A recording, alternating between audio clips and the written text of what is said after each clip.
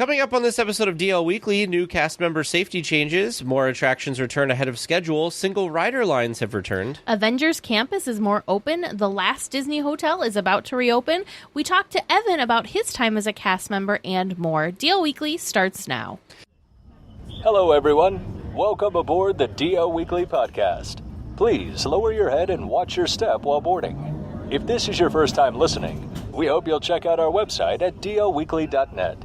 If you have more time to spend, becoming an official weekly tier at dlweekly.net/support is an especially good value. Thanks for traveling with us today, and we hope you have a happy and memorable listen to this week's episode. Well, hello and welcome to this episode of DL Weekly for the week of June 30th, 2021. I'm Teg Bushman. And I'm Teresa Urban. We would like to send a shout out and a big thank you to both Tara T. and Cindy B. for becoming supporters of our show.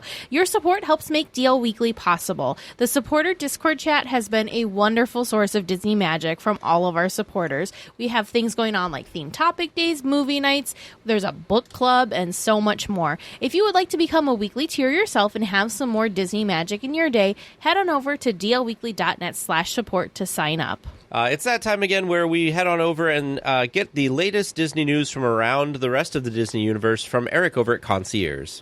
Hello everyone, this is Eric Johnson with Concierge and welcome to the D180. While Teg and Teresa cover all things Disneyland, in the D180 we take a spin around the rest of the Disney universe and we do it in 180 seconds. Let's jump right in. We begin our tour in Walt Disney World, where the biggest spectaculars are coming to town in October. All part of the most magical celebration of Walt Disney World's 50th anniversary, guests will experience several new shows across Disney parks. Disney's Animal Kingdom gets a new show in the Discovery River Amphitheater to replace the Rivers of Light show. Disney Kite Tales will be a fun expression of your favorite Disney friends as kites and wind catchers. It's nice to see Disney try another idea inside that little lagoon outside the Everest attraction. Magic Kingdom guests will want to meet each other down on Main Street for the new Disney Enchantment fireworks, also starting October 1st.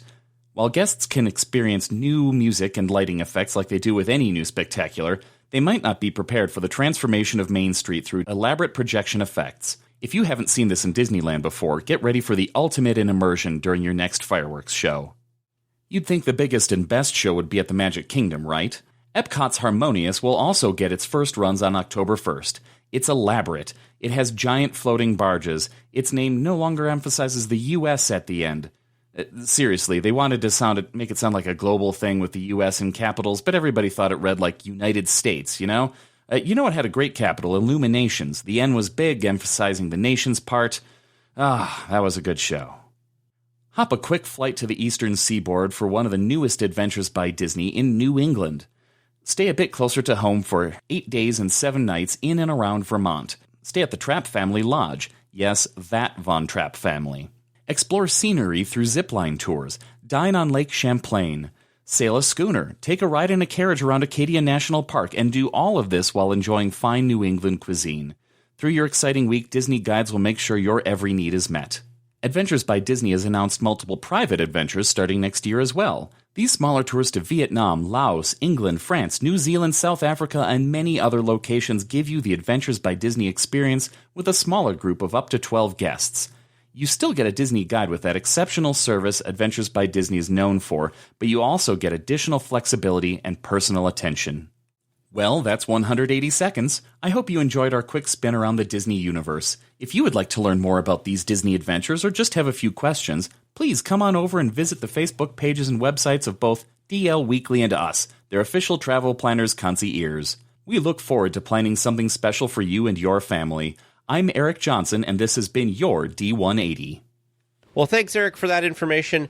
And like Eric said, if any of you guys want to go see or take part in any of these things that he talked about, head on over to concierge.com and make sure you let him know that DL Weekly sent you. Well, Tag and I and James and Vern are all getting so excited about our upcoming trip. So excited. All have little countdowns going. So anyways, we're still in the double digits, but it's getting closer and closer. We can almost feel it. So speaking of our trip, of course, that means we're going to have an official weekly tier meetup while we're out there too. The meetup, for those that can join, will be on Sunday, July 18th at 1 p.m. The meetup will be held in downtown Disney so that all weekly tiers can join. Doesn't matter if you have tickets to the park. You don't have to try and get reservations to the park. We try to make it as easy as we could. So again, 1 p.m. in downtown Disney, and the place to be will be over by the AMC Theater, that kind of outdoor seating area. We met up there for our Touch of Disney meetup, and it was really nice. Yeah. So again, please stop by if you can, July 18th at 1 p.m. If you are not available that day, but you happen to be in the parks and do spot us, please don't be afraid to come over and say hello. We love connecting and chatting with weekly tiers. Well, now let's get to the news.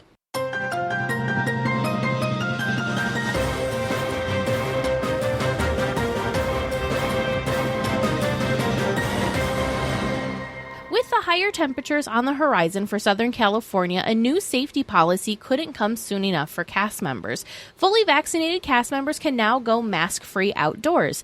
Masks are still required for all cast members indoors for now. Physical distancing for cast members indoors or outside has also been phased out. This will greatly help in tight spaces like kitchen areas around the resort. So this is great. The kitchen thing is a big deal. That's a huge deal. Because before they had to still have 6 feet, and I've never been in one of the kitchens at Disneyland, but I have heard that, they're not very large. Well, I've not been in a Disneyland kitchen either, but just think of any restaurant kitchen.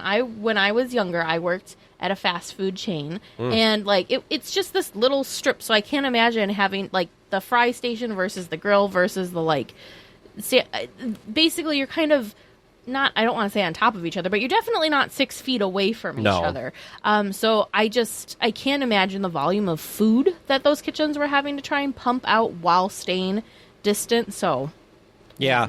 I'm just glad people will be able to get closer together for that aspect. Of course, again, like we said, with the heat and stuff, it's going to be so nice that cast members who are outside, we can see their smiling faces again. I'm sure that they're just going to be more comfortable. I feel like at this point, it's only a matter of time until indoors vaccinated cast members will be able to not have masks on either. They haven't announced anything, but I just feel like with the rate at things changing, it shouldn't be too much longer. So super awesome. It'll be nice to, again, see people's faces and everything like that. And it should increase or decrease your time to get food. With all of the changes recently to all the safety protocols around the resort, Mice Chat posted a guide to all of the current policies. These include the new cast member guidelines we just talked about in this episode, as well as theme park reservations sticking around for the foreseeable future, face coverings no longer required anywhere except for transportation like buses for fully vaccinated guests, unvaccinated or partially vaccinated guests must still wear masks, physical distancing is no longer required, ride capacity is back at 100% without plexiglass shields, dining capacity has also been increased, indoor queues are back in service, both parking structures are open, out-of-state guests are allowed, no temperature checks are required, and entertainment has started to return. Yeah, so these are all things, of course, that we have been reporting on as these changes have been happening. But it was a really nice article for people to see all of these changes and see what the current state of things is, right now. Just a nice snapshot. So it was a really nice, great article. So if you or anyone you know will be visiting the resort soon, please check out the link in our show notes so you can take a peek at the updated rules here. And they do keep updating it, which is nice. Yeah. They'll tell you at the top what they've updated and what's been updated last. Well, and it's nice because this is saying what's changed. So we've gotten used, we got used to temperature checks. Well, if you went to the Disney's website, they do have that nice drop down of what's going on now, but they're only listing the current stuff. So they're not saying these things are gone away or whatever. They just don't list them anymore. So I see how if you've been in the know this whole time that maybe, you're assuming some of these things are still there that aren't still there. So this is a good, yes, this is here. No, this is not. Yes, this is here. No, this is not list. Yeah. It's nice to have one place, and the way that they explained it on their site also seems very clear. So it's not because sometimes Disney, it's very kind of legal wording almost.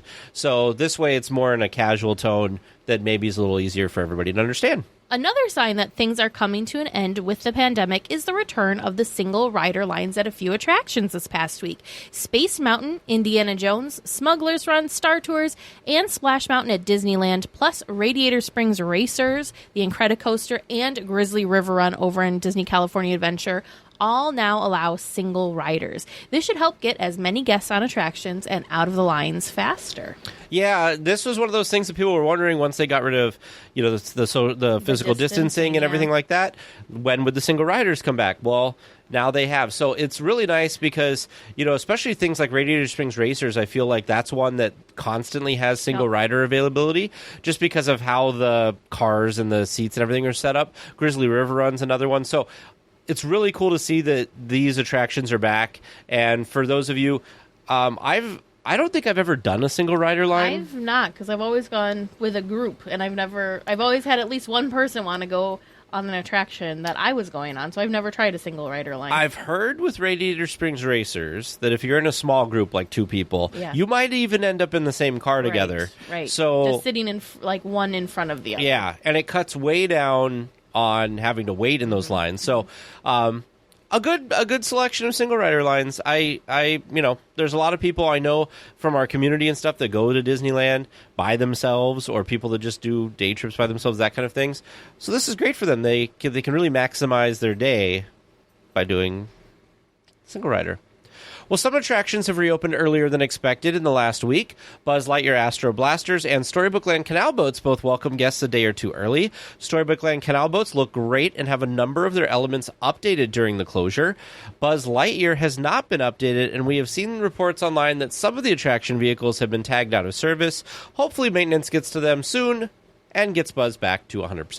Yeah, that was a little surprising because all of the attractions, when they came back like better than what we had remembered them being. So I was surprised that poor Buzz was having some issues. And for some reason, I also thought that they had Buzz Lightyear closed because it was doing like the normal routine maintenance, not closed because of social distancing. Because remember, we were wondering about that because Toy Story Midway Mania reopened, but Buzz didn't. So we're like, well, then it must not be a distancing thing because they're very similar. So, yeah, it's interesting. So, poor Buzz. I hope he can get back to normal. Well, and the attraction in general works fine. It's just you may have to wait a couple minutes for them to put you in a buggy that works, basically. Yeah. And I do feel like this attraction maybe could do with a bit of an overhaul and some much needed TLC, just because it is, How about Storybook Land? Land? A little more dated.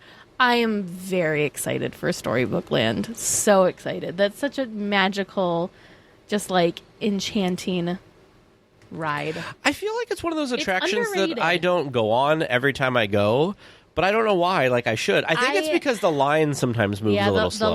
The line can be a little slow moving, and it doesn't feel like you're going very far because it's like the Peter Pan attraction, like that queue where it's just a bunch of zigzags back and forth. So you don't really feel like you're moving up in the line. It looks good though. It does look good. Storybook Land is one of those attractions that I'll admit, a few years ago, I just didn't even think about it or didn't even know, just kind of went past it without even thinking. Well, ever since I've experienced it, it's now a must do because it's just so charming. That's kind of how I feel about Casey Jr. I don't know why, but I love riding Casey Jr., especially if you can get in the back. I prefer I like the boats better.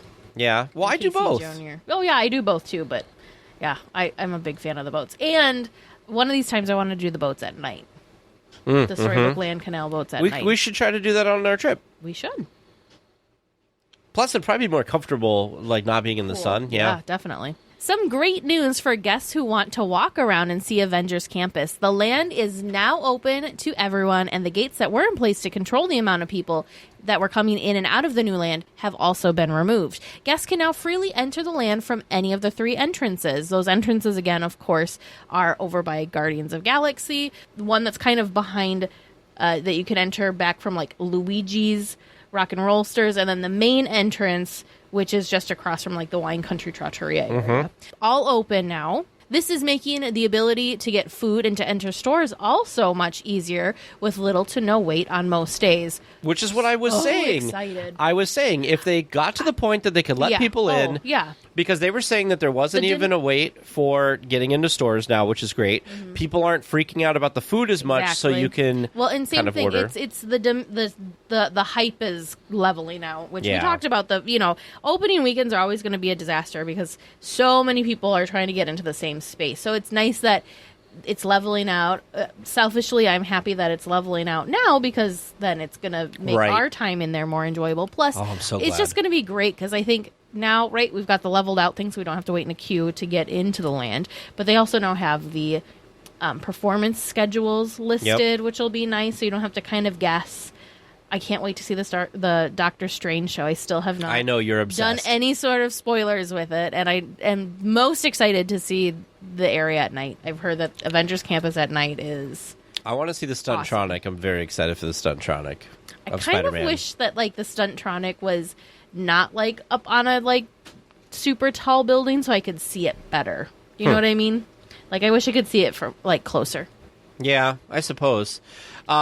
Now, something that came up in one of the comment sections that I was reading today, and I was curious to know what you thought, is some people were saying that when do you think, and this is not related to Avengers Campus, but it is related to a new, in air quotes, land, when do you think Disneyland will get rid of the boarding groups for Rise of the Resistance? I don't know. I was thinking about that actually because it seems Like they have to get rid of it at some point. Oh yeah, they'll get rid of it at some point. But I guess I don't know when the correct time to do that would be. Mm-hmm. Because the boarding groups still are filling up every single day, but I feel like it's a lot of repeats. Because like when we're there, I'm sure, knowing you're gonna want to try for a boarding group every day that we're in Disneyland for Rise, which is which is what most people are doing. I feel like it's again leveling out. It's just weird with Rise since it opened pre-pandemic, and then we have the pandemic, and then they had to kind of continue on with it. I would say within the next couple of months. You think so? The only reason I don't think so in that short a time frame is Walt Disney World still has the boarding groups for it, and it's been open since July. Yeah, that's and true. I think it was open before ours. Yeah, it was open before ours. So I don't know. I don't really see. I don't see the reasoning behind the boarding groups unless it's just. The other issue too would be how do I want to say this? Is that it keeps they're still having issues with it, so they can kind of control. They're still having issues with the attraction itself. So the boarding groups allow them to have better control over the guest flow to the attractions while they're working out those issues. So maybe they're keeping the boarding groups in place for that reason and not because of popularity. Does that make sense? Yeah. I'm interested to see when it becomes like a normal attraction and doesn't have that. It's just interesting to me because we didn't have that with Smuggler's Run. One of the things, had a boarding group to get into the land, but not a boarding group to get on Smuggler's. One of the things that I heard as a suggestion that I thought would be a really good one is do kind of like they were doing with Indy, where maybe your first hour or two until the line becomes a certain length. They said once the line got to, let's say, an hour and a half long, then you institute the boarding groups. And then later in the day, like if demand goes down, then you could have a standby line again. I think that's a great way to do it. And then wean people off. Group, do a virtual queue. Yep. Yeah. Maybe. I don't know. It'd be interesting to get rid of it and just see what happens. Well, speaking of lines and stuff like that, for those of you visiting the park soon, like us, the crowds look to be great. Even though more people are allowed in the parks now, the wait times for attractions have been lower than they were before the increase in capacity for the park. This, along with cast members getting back into the swing of things, has made the process much smoother. It makes sense, though, right? Because thankfully, I feel like it was just perfect timing for all this stuff because, they were able to do things like not have... not have to worry about distancing, so the queues are shorter and they probably move a little smoother because things like Haunted Mansion, you can now fully utilize things like the stretching room. You can also have the ride itself be full capacity. So the attractions are doing what they were designed to do, which is eat up all the people. And the other nice thing too is getting rid of the rule of not being able to queue indoors because that was again just spilling people out into walkways and such. So it was great timing for all of these things to happen because it felt like for a while, that we were having certain restrictions and then like maybe one would fall off, but it seemed like poof, all of the things that made attractions be able to do what they were designed to do, which again, eat people, all were lifted at the same time. So it's so the masking thing was fine, but the fact that they got rid of social distancing, that they could get rid of the dividers, all that stuff going away at the same time just did wonders for wait times. I'm just very happy because it seems like the attractions are good. It seems like the Dining isn't as hard as it was for there for a while. Just crowds like on Main Street. I keep seeing pictures of people posting like they'd come in at like midday and like Main Street's like empty. Yeah.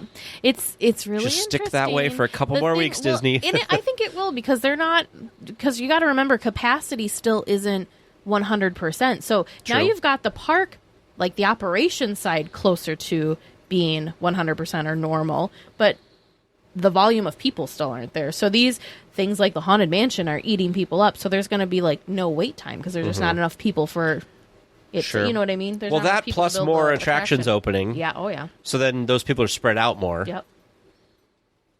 And I think another thing, too, that's probably helping is the fact of not having everything needing to be mobile order as far as dining option goes, because now people are able to sit at places like Rancho del Zocalo and, you know, kind of follow their stomachs a little more and maybe linger because you don't have this, like, need to quick get everything planned out and, like, you know what I mean? Yeah, I know there's some planners out there, but I'd much rather just take it easy. But I feel like it was a different type of planning because you also couldn't eat indoors in the beginning of all this. You had you had to eat outdoors too. At least now you can get out of the sun into some air conditioning and eat if you wanted to. Well, there have been some rumors that cast members that generally work on parades have been called back to work. This could mean the return of the new parade. Well, new to last year's parade, Magic Happens sometime later this summer. Again, if you remember, Poor Magic Happens only had a couple of weeks to run before the pandemic shut the parks down. Yeah, I'm interested in seeing what this parade is. Obviously, I don't think it's going to be back before we're there. I don't know. I keep having this weird feeling, and maybe I'm crazy. That could possibly be, but I just really think that some sort of something is going to happen on the 17th. I feel like they're holding something back to do on the 17th. Would it be something as big as a parade? I don't know. Could it be the Dapper Dans returning on the 17th? I feel like there's going to be something special that they could have maybe brought back a little sooner, but they decided to wait to do it on the 17th of July. I thought for Disneyland, I really thought they weren't going to do the 4th, and I thought they'd bring the fireworks back for the 17th for the anniversary.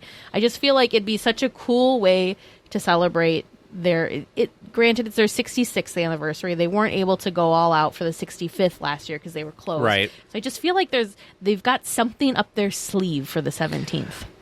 You know, there's also rumors abound that by the end of summer, Fantasmic will be back. Yeah, that one's... both of these things I just can't even wrap my head. I know we've talked to previous cast members in parades and cast members in Fantasmic, and it just sounds like such a big, like a lot of work to get the whole thing put together. Yeah. There's especially Fantasmic, there's a huge cast for that. Plus all sorts of like ships need to be going, and there's all sorts of mechanics and whatever. So it's just, there's a lot that goes into those productions. My counter to your July 17th parade guess is the people we've talked to. Well, the parade, if let's say you say parade. Okay. If going by people we've interviewed previously, it takes about a month. Well, they're just now getting called back. That's less than a month. Unless they're the people that were there and they get everybody back who was trained for it already. Could be. I don't know. I mean, I hope you're right. I hope that there's something. I don't know. I feel like there's something. Like I said, it might just be like the Dapper Dans because that would be would still be cool. Like, such a great thing to do on the 7th. There's something. I just feel like there's something that's brewing. The Disneyland Hotel will begin a phased reopening this week as the Fantasy Tower opens to guests.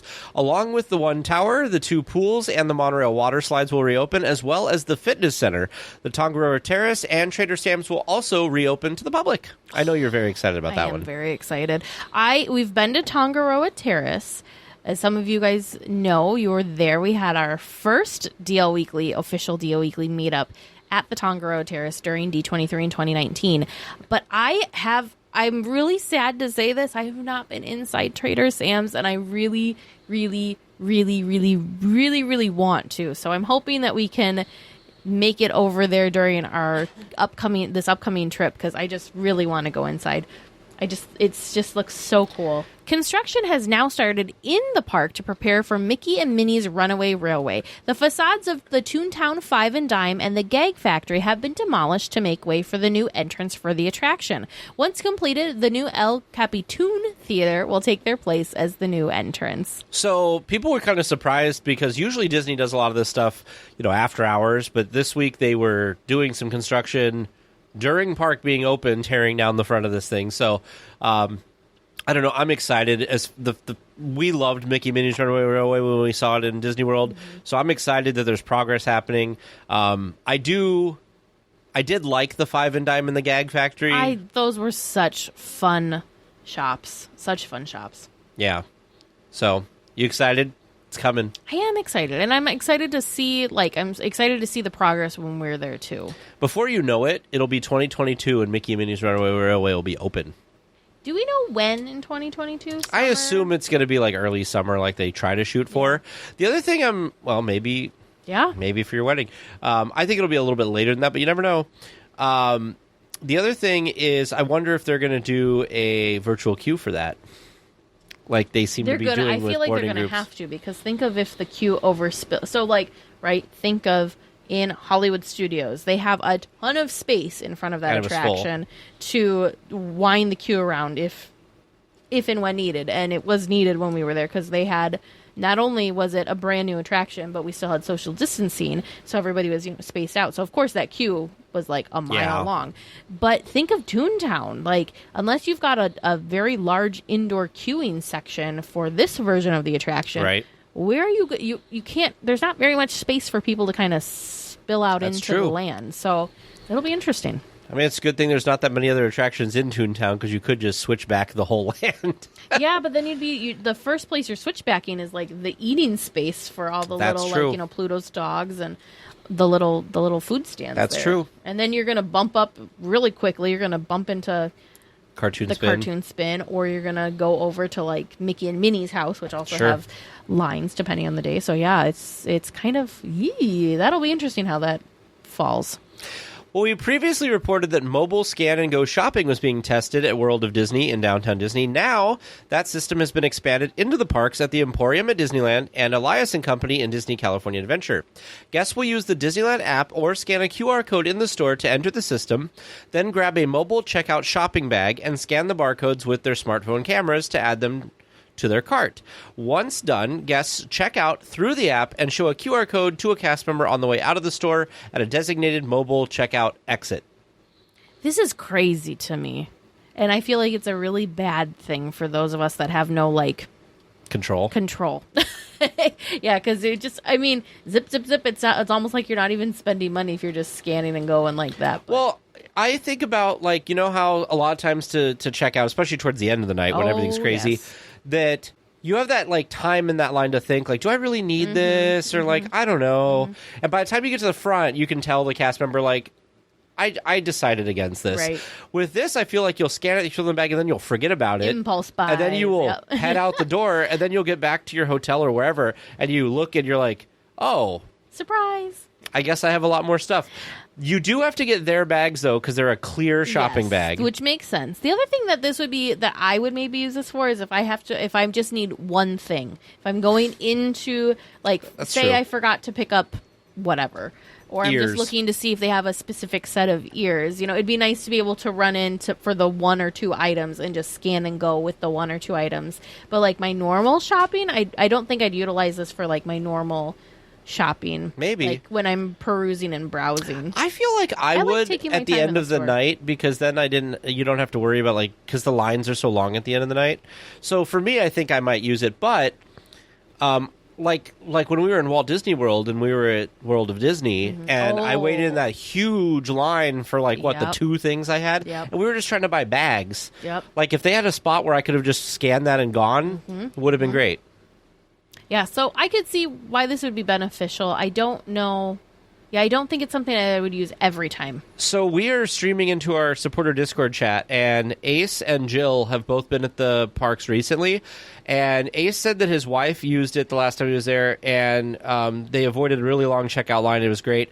Jill just came back from Disneyland and said that she also used it the last time, and it was wonderful. Yeah, so I could, like I said, I like the experience of shopping and perusing and waiting in the line to like really think about do I really need this other T-shirt or these pins or I don't know, whatever. So sometimes I think it's good, other times maybe not so good. I like the option, though. I'm all about the options. Hollywoodland is the place to be for Avengers photo ops. A new Black Panther photo op has appeared this week in the land. It is the same setup used for the previous Black Panther meet and greet, but without the character this time due to social distancing. I don't really have much to say about this. No, it's interesting, right? Because it's like it'd be like, well, they kind of have this, right? They've got Captain America's shield that sometimes you can find Captain America hanging out by, but not always. It's still a fun, like, the thing WandaVision was good. Stand in front of and take photos with. The Black Panther one, it's just another thing, right? Why not? I like it. Yeah. It brings a little bit of something to poor Hollywoodland that desperately needs something. So Hollywoodland definitely needs something. Yeah, it's a nice way to use the space while it's not really being used, if that makes sense. Side note, do they still have the Backlot Premiere Shop over there, don't they? They still have the Backlot Premiere Shop. That's right, because it's got a lot of Avengers Campus stuff in it. Yeah. Which is also a good use of that space back there right for now, too. I wonder what they're using that other soundstage for, the one that's next to the Hyperion. I don't know. So I heard this week that they are using the Opera House for orientations for training and stuff. Yep. Why don't they use the Hyperion? Because they could have great moments with Mr. Lincoln, and they could put people in the Hyperion. Yeah, I don't know. I don't know either. Maybe they're doing something with the Hyperion. They don't want people to see it. Maybe there's something going on in there too. I hope so. Coco the musical. Just a quick follow-up to something that we talked about a couple weeks ago. The food waste trash cans have been rolled out to more locations around the resort recently. So if you have any food waste, please dump it in these new receptacles so it can be recycled and not just end up in the landfill. Yeah, the photo that DLNewsToday.com shared was actually of the new food waste receptacle in Tomorrowland over by Galactic Grill. So again, just a reminder, what you're supposed to do with the food waste is, yes, you put, so like say you didn't finish your fries, instead of throwing... Your turkey leg. Or your turkey leg. Oh, you could put your turkey leg bone in it. So anyway, so any uneaten food, they are asking that you put into this new bin and not just the garbage so that they can recycle it. Yeah. I like the idea. I don't think, if anyone knows, I'd be interested, because I don't think I've read or seen anywhere how they're recycling it. Like what happens to it once it's become recycled. I wonder if they turn it into like compost. Yeah, I don't know if it's compost, if it's like a biofuel thing, or if they're like using it for. I don't know. I feel there's several different things they could do, but I haven't seen specifically what it is that they're using the waste for. You know how you could find out? When we're there, we can probably ask at City Hall. At City Hall. You're right. We got to write that down, otherwise I'm going to forget. On June 27th, which was Global Pride Day, Salt and Straw donated 5% of all of its proceeds to local LGBTQ+ charities. For the downtown Disney location, Reach LA was the charity chosen. Reach LA works with young LGBTQ people of color to increase self-sustainability by encouraging creative expression, supporting safe spaces, and promoting health and wellness. Side note, June 27th was also producer James's birthday, which I thought was funny. I thought you were telling me side note. I'm like, what Nope. did I mess up? No. So yeah, I love the fact that they donated their proceeds to this thing. I think that's so cool. And the fact that it's local. Yeah, and so there's other Salt and Straw locations, and they donated to their local things like that. So that's really awesome. I wish more places would do that more often, because there's all these charities and stuff that need funding and stuff for things, and it's so easy to have, like recently when I've been going to like McDonald's, I think Chipotle has a thing too where you basically just round up and it goes to the charity. So I really like that. It makes it so easy because it's like, it's less than $1, right? But like that adds up. Exactly. Another fun treat has made its way to Bing Bong's Sweet Stuff in Pixar Pier. The new Forky Cake Pop looks like a sweet version of the character himself. The cake pop is sweet vanilla covered in white chocolate and decorated to look like Forky. Reviews have said it's pretty moist and very sweet, so be aware of this. Forky costs $5.49. So now that you have tried a Disney cake pop, because we tried one at Touch of Disney, do you think you would want to try the Forky cake pop? I want to try the Forky one. I love how it looks. I wish on the stick they would have put his little arms and feet. Oh, missed opportunity. Maybe that'll happen. Because yes, you're right. That would have been. It looks good though. It's so cute. Gosh, I can't believe you said that because he needs. They missed an opportunity there by not giving him his little arms and his little legs. Maybe we'll have to bring our own little pipe cleaner and wrap it around. Oh goodness! The stick, and then get what was his feet? It's a popsicle stick, like a broken popsicle stick. Do you have crafty stuff? Do we need to do this? I think we're gonna. And then we need to show it to the cast members and be like, "This is how it should be." I think we're gonna have to do this. Oh man, it's so cute, super cute. Psst, avast there. It'd be too late to alter course, mateys. And there be trivia questions lurking in every cove, waiting to be answered. Listen close and keep your ready Disney knowledge handy. That be the best way to answer correctly. And mark well me words, mateys. Dead men tell no tales. You come seeking questions and long-lost Disney information, eh? Sure, you come to the proper place, but keep a weather eye open, mates, and hold on tight with both hands, if you please. There be squalls ahead, and James and Vern waiting for them what don't answer correctly. Well, welcome to Trivia Land. We got some doozies for you this week, hopefully. So our first question is, prior to COVID, where in the resort could you meet everyone's favorite sailor duck, Donald? Where could you could meet Donald at Donald's? He would be at his Donald's house. boat. Yeah, at his boat. In Toontown. Yeah. It's cute because it's like a little playground thing, and he was in the... It was a little playground base. thing, but yeah. But yeah, Toontown. I was just reading about that today because Mickey's at Mickey's house, Minnie's at Minnie's house, Donald and Goofy, they're all at their houses in Toontown, which I hope they keep that because I like the fact that you can see everybody at their houses. I think they are because they're doing distance greets right now. Yeah. So Mickey's standing. But I'm saying after all this. Oh, I think they will. I hope so. Yeah, I think so. All right, our second question from listener Donna S. When is Donald Duck's birthday? Oh, it's a Donald Duck themed one. Oh, you caught on fast. I feel like it's that's a hard one. June, July. I feel like it's summer. I feel like it's either June, July, or August, but I don't. I want to say March. You're going to say March? March of 1934. Do we have to know the day? Yeah. And the year? Yeah. Oh my gosh. When's his birthday? March 1st, 1934. This is ridiculous. I have, of all things, some sort of cup that has his birthday on it? That has it on there. Yeah. Well, you should know it then. Donald Duck facts. I should know it, but I don't. Shame on you. Shame on your family. Donald Duck just so underappreciated, even in Teresa's cups. It was like a cup I had growing up.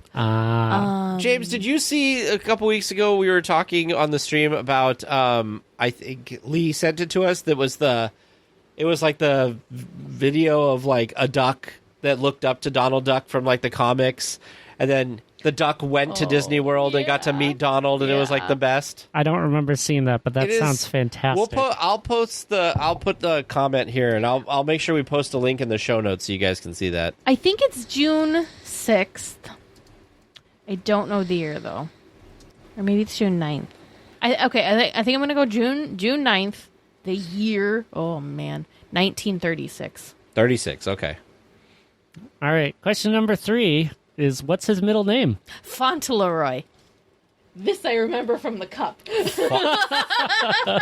Fauntleroy? Yeah, Donald, Font. I don't know if I'm pronouncing it right, but yeah, Wow. Fauntleroy. Interesting. Teg, I'm guessing you're just hopping on the bandwagon. Yeah, on that one? Fauntleroy sounds great. from my cup that I have at home. I shouldn't have gotten excited and just seen what random thing your brain came up I don't know. with. I probably would have said something like George. George. Yeah, so George. thanks to Rebecca M. for that question, in case I wasn't clear on the first time. Our last one, Donald is one of the many characters riding the Mark Twain during Fantasmic. Can you tell me who else is on the ship? What do you mean? Everyone? Everyone. Oh my gosh. Well, No. We've got. Let's think. There's- we can do this. there's, Let's think. We've got Steamboat Mickey. Yeah, hold on. I've got We've one in got my head. I just got to think of his Prince name. Naveen You're gonna and make fun of Tiana. me for this one. It's Woody and Buzz. Woody, Buzz, and Jesse on the back. Yep, and then there's also the Green Army princesses. Men. So there's all the people who appeared earlier. Yep, so there's the so princesses. We've got Snow White and Prince Charming. Belle We've got and the Beast. Belle and the Beast. Is Ariel Ariel I think Aurora and Prince Eric. and I think Aurora and Prince Philip are on there. Okay. I also think we've got. I think we have Baloo, don't we? I think we have Baloo. I think Stitch might be on there. Stitch, yeah, I think Stitch was on there. Oh, we've got the mice from Cinderella. We've got the chimney sweeps from and Bert and Mary Mary Poppins are both on there. But we've got I think the little mice, like the little female sewing mice from Cinderella sure. are on there. But I don't think Cinderella is on there. Aladdin. Yep, Aladdin And Jasmine? Mm-hmm. I'm like imagining the boat going by, and I'm just trying to think. It's crazy because it's really like it seems like there's a ton of like cast members or not cast members. It seems like there's a ton of characters on there, but they're spaced out, so it's not really that many. Tarzan? Did you say Tarzan No, already? Tarzan is not on the boat. Hmm. Well, if Donald's there, maybe Daisy's there. Oh, Daisy, that's a good one. I don't know if Is Minnie somewhere? I don't know if she is or not. Goofy's on there for sure. Goofy's on there. Oh, yeah. I can see that in my head now, yep. Are you keeping up with this, James? I'm keeping up. So How close are we? Are there, and how many names do we have? So, by technicality, there's not a specific answer because sometimes there are certain characters on there and that's true. sometimes they don't show up. That is true. So I have a list of about 34. You've probably given me about 25. 34. Do you want to call it good or do you want to keep going? I feel like one of Mary Poppins' penguins is also yes. on there. Yes. There, I think there's a penguin. I think you're right. Why do I keep thinking that like Tarzan and Jane are on there? I don't know why. I'm going to say Tarzan and Jane. I don't know if Teresa's getting on that. I don't think I'm getting on that boat. You're not Or hopping on that vine. Mark Twain Not boat? getting on that vine. Yeah, that's where I'm going to call it. Are there country bears on there? Is there a country bear? I don't know. Are you going with Country Bears? You'll do Tarzan, and I'll do the country bears. Awesome. I don't think, like, Winnie the Pooh and Eeyore and Tigger, I don't think they're on there. Oh, now you're saying this, I feel like I've seen them on there. Okay, I've at least seen Tigger. we'll go with, like, Winnie the Pooh and Tigger and Eeyore. Piglet? I've never... I don't think... Piglet's... I feel like Not I've one seen that I've Tigger, seen. but now, like... Pinocchio and Geppetto. Oh, yeah? 100%. Pinocchio and Geppetto, I'm pretty sure are on there. Okay. I feel like I just, like, yelled that at you. So much excitement. It was. All of a sudden, I was like, wait! Watch, they're not on there. Maybe. All right, let's leave it there. We'll leave it there. This is a good list. Can you help them finish it? How'd they do on the rest of the questions? How'd you do? We'll find out later after this week's discussion topic. Watch. Both of our bonus ones, which I don't remember. Mine, I don't even remember what mine was now. Yours was... The Country Bears. Country Bear, yeah. And then Watch, Tarzan both and of those are, Jane. like, made Mine's up, Tarzan not and on Jane. there. This week, we are super excited to introduce to you Evan, who is an artist and designer, and he works with Disney Live Entertainment. So welcome to the show, Evan. We're so pumped to talk to you. Hi, thank you for having me. I'm excited to be here.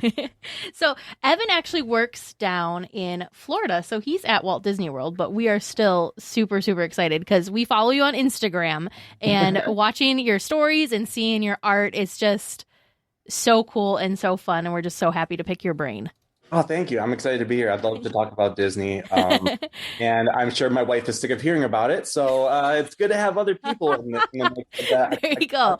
There you go. Perfect. So, Evan, we just kind of want to get to know you a little bit better. So, what is your Disney story? How did Disney start in your life? How did you fall in love with either the parks, the movies, or the company?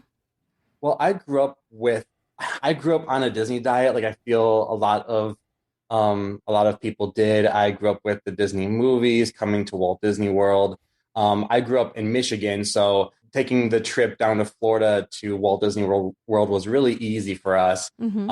I mean, by easy, I mean it was still like a full day or day and a half of an entire family packed in a car trying to get across the country. But so I've always had that as part of my life. I remember I was going to college and I was walking through the hallways and I saw a poster on the wall for the Disney College program, and I was reading about it, and it just kind of like clicked, like, wow, like I could work at Disney. It never occurred to me that people actually work at Disney. It was just like this thing that like it just Disney just exists and we all enjoy it or whatever. But it was that moment where I realized that I could actually work for Disney. So yeah, I started with the Disney College program, and I did about 3 Disney College programs. I started with Magic Kingdom Custodial, and then I went over into Dinosaur Animal Kingdom and Outdoor Food and Beverage over at Epcot.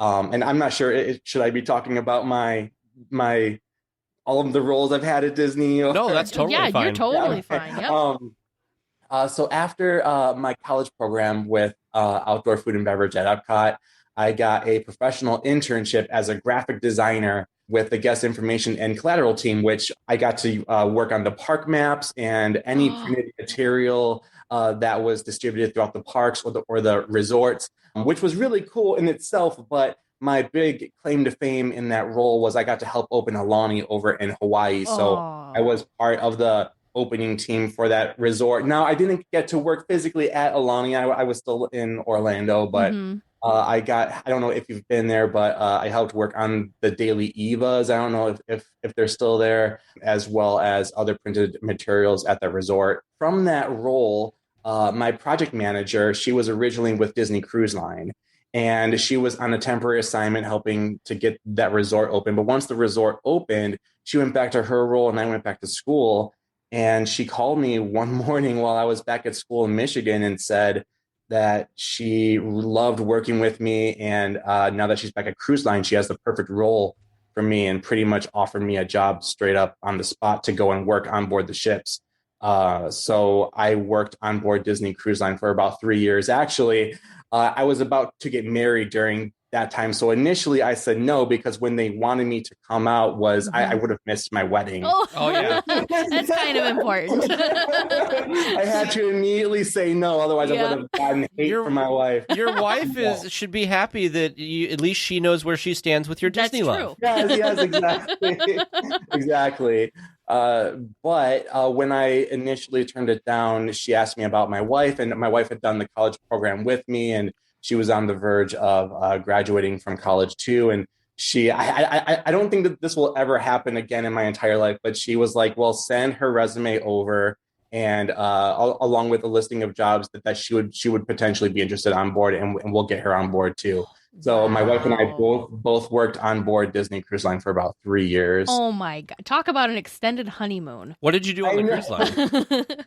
I was in guest communication. So the navigators, if you've ever been on board and you got a navigator, I would make those every single day, every single cruise. That's every form of printed material on board, as well as if you go to the Walt Disney Theater and they have the digital signage out front, or pretty much any digital signage on board, I managed the content on those screens and created content for those screens, as well as helping to launch the Disney Navigator app in its early days.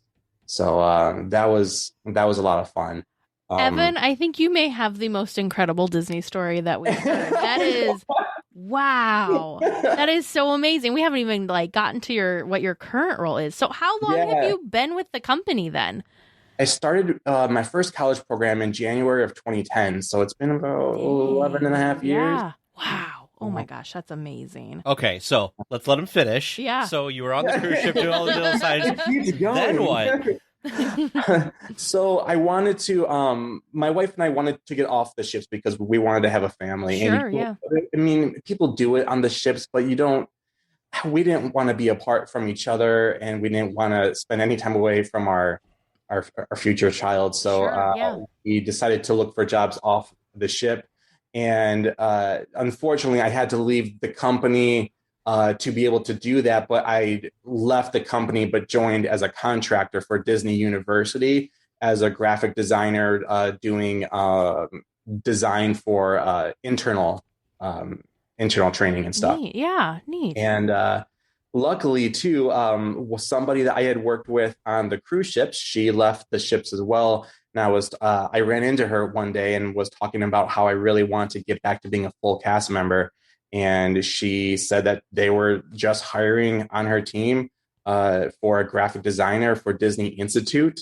So I went in and spoke with them for that job, and I got hired there. I was a graphic designer at Disney Institute for about 4 years, which Disney Institute, it's part of special events, and they do a lot of external training. So companies out there who want to know what that Disney secret to success is for employee engagement and leadership, we have programs at Disney that we can use to help other companies grow just like we do. So that was my next role. And then after that role is my current role. Through a bunch of series of events, I became an artist and designer for broadcast production for Disney Live Entertainment. And that's what I've been doing for almost 2 years now. Oh my gosh. Well, I can't. that's the episode. Yeah.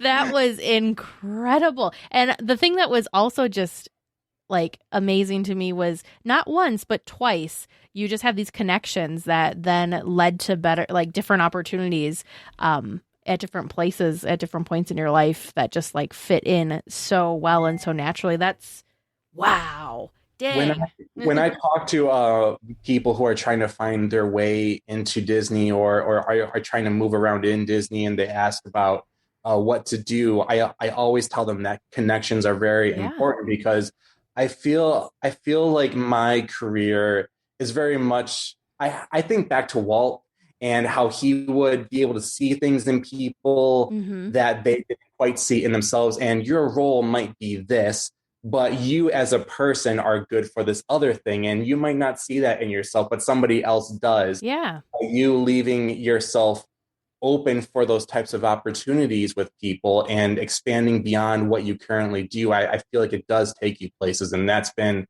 my entire Disney journey. I mean, I applied for the Disney College program, but beyond that, every role I've had at Disney, I have gotten through a connection. Yeah. It hasn't been through applying. That's amazing. It is really amazing. You know, I'm just laughing because I saw your messages with Teresa earlier about like, well, what are we going to talk about?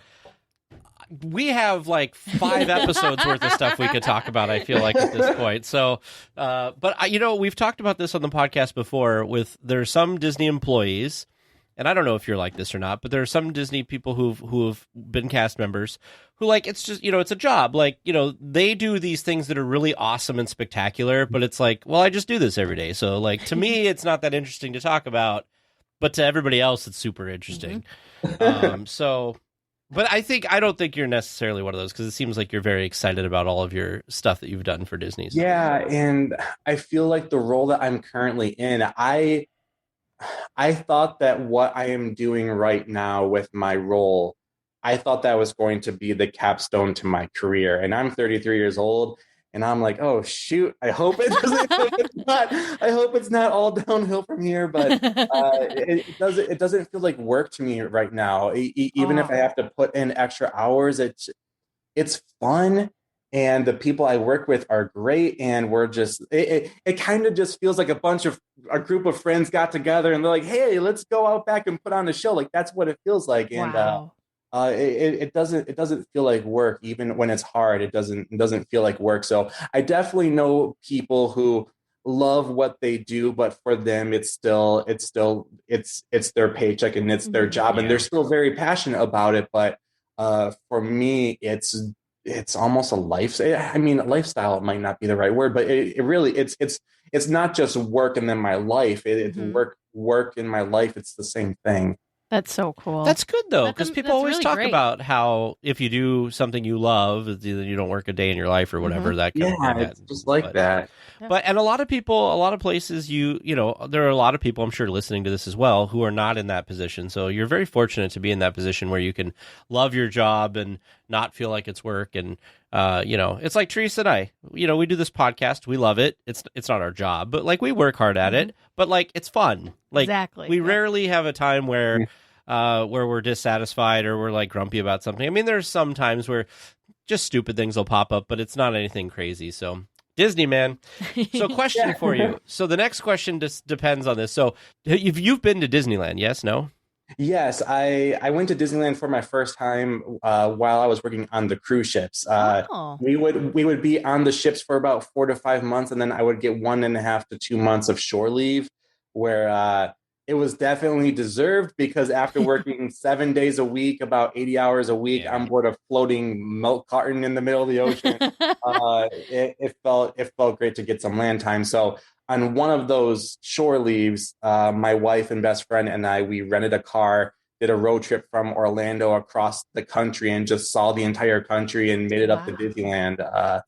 And not only Disneyland, but we spent a few days there, and then we went to Alani, and then we did the upper part of the country, Grand Canyon, and all that stuff. But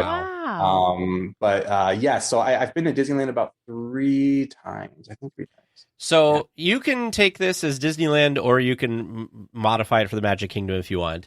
But when entering like the Magic Kingdom style park on your first day of a trip or a visit, which way do you go? Do you go towards left towards Adventureland? Do you go through towards Fantasyland? Do you go to Tomorrowland? What's kind of your plan? It depends on who I'm with, because if I'm with my wife, then it's whatever my wife wants to do. If I'm with my son, it's whatever he wants to do, which is typically Splash Mountain or Big Thunder Mountain. If it's just me personally, it always changes, because my favorite part of going to, for instance, Magic Kingdom, I guess it applies to Disneyland as well, just walking down Main Street. Like I don't hustle down Main Street. I love to just take my time and just soak it all in. And if you were to include Main Street USA going up to the hub as a land, that would be my favorite. So I like to take my time going down Main Street, and then it's just whatever I feel like. I really love Fantasyland, and I really love Frontierland. So maybe one of those beyond there, but I like to soak up Main Street a lot. This is an important question I have real quick. Which Fantasyland do you like better, Disneyland or Disney World? Well, they are very different. They are different. And that's what's so hard. Whenever I talk to people about the differences between Disneyland and Walt Disney World, it's so hard because I feel like they complement each other so perfectly. What I feel is better at Disneyland, Walt Disney World might have something a little bit better. It's like they just complement each other perfectly. I might like something better at one than the other, but then on another attraction or another part of the experience, I might like the vice versa for the other park. So it's really difficult. I know that the last time I went to Disneyland, we took my son for his, I think it was his 3rd birthday, and he just wanted to do Casey Jr. over and over and over again. Oh, sure. Yeah. So that was his favorite when we went there. I think when I go to Fantasyland at Disneyland, though, I feel like I love Disney history, and I'm a sucker for that.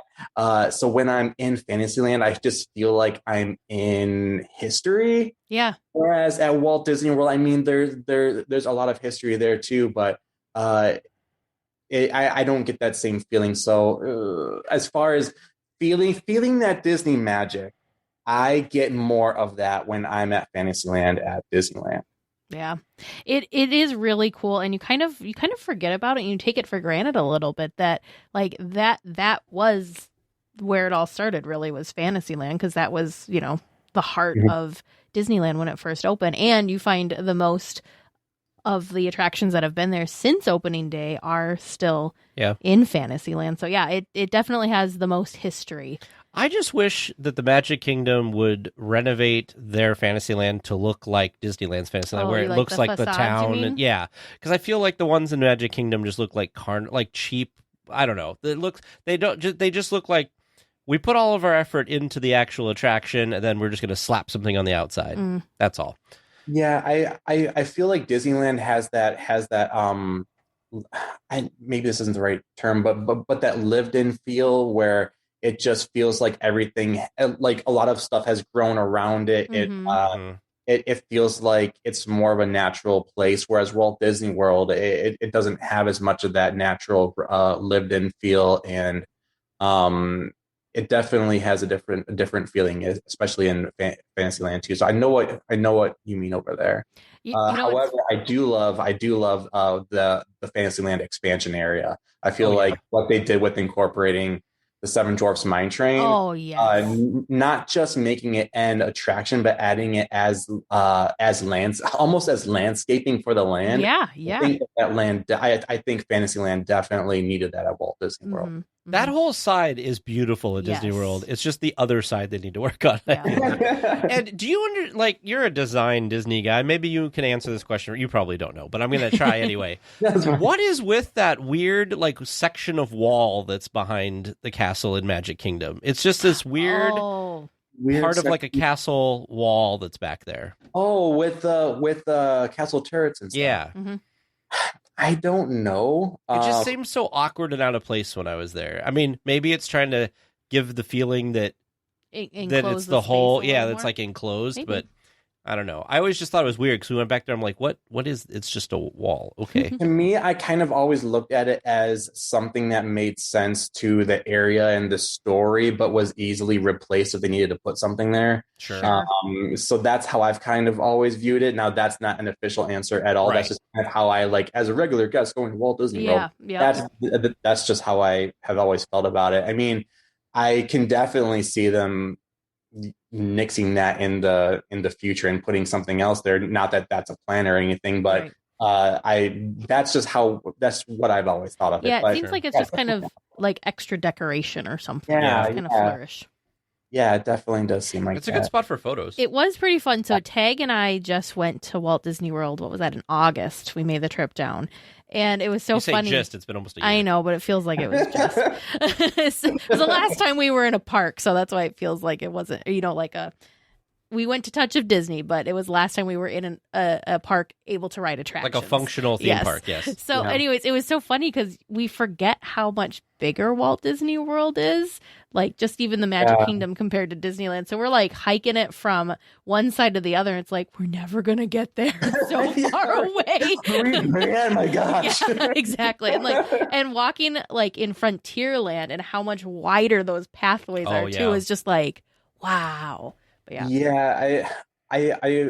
I view Disneyland as being kind of cozy and Walt Disney World as being very grand. It's very different feelings. Not that one or the other is right or wrong, but there's definitely a different feeling. Walt Disney World or Magic Kingdom really definitely does seem more grand and it does seem a little bit larger.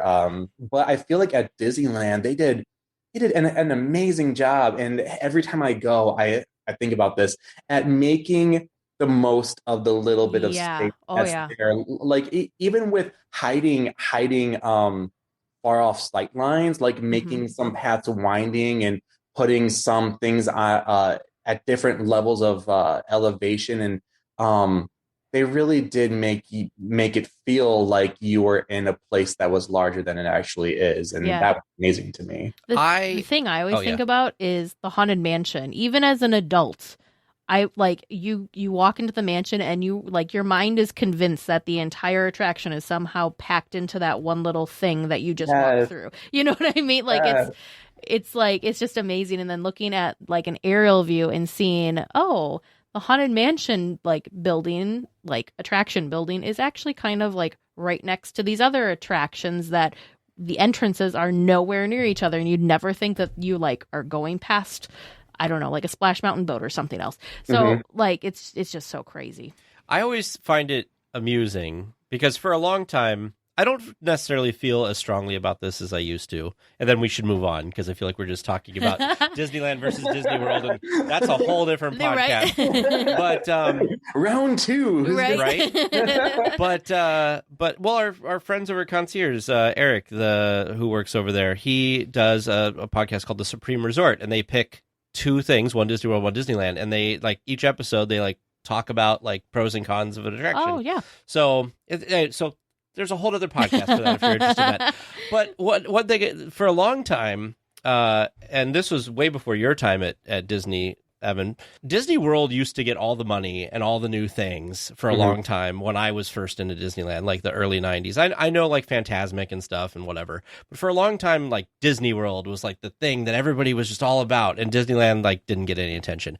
And so I always laugh, and now that I live in the Midwest, because I grew up in California, now that I live in the Midwest, most Midwesterners go to Disney World just because. And so people here like don't even know Disneyland. Like you say, oh, I do a Disneyland podcast, and they're like, oh yeah, I've been to Florida, and I'm like, it's in California. Yeah, because they don't know, you know. And of course they also use the saying that I hate, which is we're going to Disney. Like, okay, which one? Like you're not going to anyway. That's a pet peeve. But anyway, I mean, you could even be at Walt Disney World, and people ask you, well, where's Disney World? It's like you're there. Like no, but like the one with the castle. It's like, oh, you mean Magic Kingdom? Yeah. But I people don't believe me, and I have to like point them online to lists that between the two parks in California, there are more attractions than in the 4 parks in Florida. Which is crazy really? when you think about it. It's See, really you nuts. didn't even know. Yeah, if you go look at like attraction listing, yep. And it's all because of like density. Disneyland, I think I saw something that said Disneyland has more attraction, like the most attractions in a Disney park anywhere in the world. Wow, I didn't know that. Because everything's like crammed together. And if you think about it, because there's a lot of duplicates, right, of between parks. A lot, things that are in Disneyland are in other parks in Disney World. That's true. Yeah. I suppose because like Star Tours is in Hollywood Studios. Indiana Jones's Dinosaur at Animal Kingdom. Yeah, so you get all that kind of differentiation. So it's just interesting. Anyway, we can move on. That's actually extremely interesting. Yeah, speaking of attractions. Oh, yes. What is your favorite attraction, Evan? I feel like this is the hardest question we ask. It's actually kind of easy for me. I love Mickey's PhilharMagic at Magic Kingdom. I love Disney music, and I don't know why, but I have amazing memories of going to Walt Disney World when I was younger and just being blown away by that, and it just sparked something like in me, that whole Disney magic feel. And every time I go back, I get that same feeling. But also, It's a Small World. Just because I'm in art and design, and hearing the story about that attraction, how I think it was built in the least amount of time than any other Disney attraction. It was built it went from like concept to like opening day, and I think in like 9 months or something. Yeah. It was it was ridiculous. Yeah, and something that I love the design aesthetic in that attraction. I love the variations between the different versions of Small World throughout the world. But when I look at that attraction, I think this is such a testament to Disney artists and designers that you could give us no time and no budget, and we can still make something amazing that transcends decades and generations of families. And it's something that is still a timeless classic in our parks. And it just goes to show that you don't even need a large budget to make something amazing that people want to see. So to me, It's a Small World is such a treasure. And it's again, a testament to what artists and designers and other amazing people at Disney can do. I think what makes It's a Small World, other than like, it does have some really cool artistry, and it's very distinct. Like nothing looks like it, except for all the other It's a Small World. Is the music. I think the music is what, like, that's like the defining thing of It's a Small World. Everybody has an opinion on It's a Small World. Yeah. So, and that's, I think, also a thing when we've asked people when they've said that the Haunted Mansion or Pirates are their favorite attractions, is the music is always mentioned. because they have original songs for these attractions. And they're they get catchy. stuck. Well, Yeah. you got the Figment one stuck in your head. I love Figment. I love Oh my him so God. much. I don't know if you saw that I posted on Instagram that I got to draw Figment for a Disney commercial. You did? World. Oh. Yeah. There was a commercial for Walt Disney World that's talking about the new relationship between Walt Disney World and Advent Health, and I got to draw Figment in that commercial, and it's got a new version of One Little Spark in it, and it's really good. I'm gonna have to look We have that to up look when this we're up, done. yes. I just fell for Figment so hard. He's so cute. He's so iconic. I'm glad that Disney's starting to kind of do more with him lately. 'Cause I felt like for a while it kind of fell And off. Imagineering owns that character. So when I was drawing Figment and we had some of our animators doing the animation on it, everything had to be bought off by Imagineering, and they were so excited to see Figment come to life in this way, because even they were saying that they don't get to see Figment like this too much or too often. So even they were a little emotional about it, seeing Figment coming to life off the page and dancing and flying around. So We were talking. I was like, I wish we could somehow have Figment on the West Coast as well as the East Coast. He's just such a great character. He's so great. They can bring him. Can you imagine the talk about brawls? Yeah, right. You That's took true. our character. Maybe we should leave him be. But I love him so much. I'm not a fan of having like the same attraction duplicated. So like to me, It'd have to be a different attraction. Yeah, it'd have to be different. So like to me, like right, Walt Disney World's getting Tron, so I don't really want Tron to come to Disneyland because I feel like if I can go to Walt Disney World to do that. I like having different experiences at the different parks, but I think I would make an exception for Figment. He's just so cute. I went to Disneyland Paris a couple of years ago with my wife and son, and we loved the Ratatouille ride there, and we're really excited to get it at Walt Disney World. But I definitely understand it's a different feeling going to Disneyland Paris and feeling like you're part of, like you're just immersed in that culture and that environment, and then going on an attraction like that. Yeah. It's definitely going to be a different feeling. I mean, going over to France at Epcot, I mean, it's there in a way, but definitely different feelings. Disneyland Paris, as an artist, you must have appreciated how beautiful. Oh my of a park gosh, that is. that park blew my mind. I was only there for a few days, but I wanted to spend a lot more just to go to the park maybe by myself and just take it all in, because the design aesthetic was amazing. I love how they did there. It's not Tomorrowland. Is it Discoveryland? Discoveryland, yeah. Yes. I love the art direction that they took with that. They finally nailed a Tomorrowland. Yeah, right. Yeah. And I felt like they were really smart about the space that they had too, and I felt like everything seemed more encompassing and bigger. I remember being in one of the stores in Frontierland, and there was like a second level to that store. Not that you could go up there, but like even the stores were larger, where you felt like you were more encompassed in this land and in this story. I don't know how they did it, but I remember walking around and just feeling even more so like this land or these environments were encompassing me. I went to Disneyland Paris for one day, and it was right after they kicked off their 20th anniversary celebration. And I watched their projection. You could correct me if I'm wrong. I think they were the first park to do castle projections for that show, I want to say. I'm not sure. I remember over at Walt Disney World, I think our first projection show was The Magic Memories and You. And I think that was in 2010 or 2011. Okay. Yeah, because that was about the time that I went to Paris, was 2012, 11, at least one somewhere of the in there. first projection One of the first shows. ones.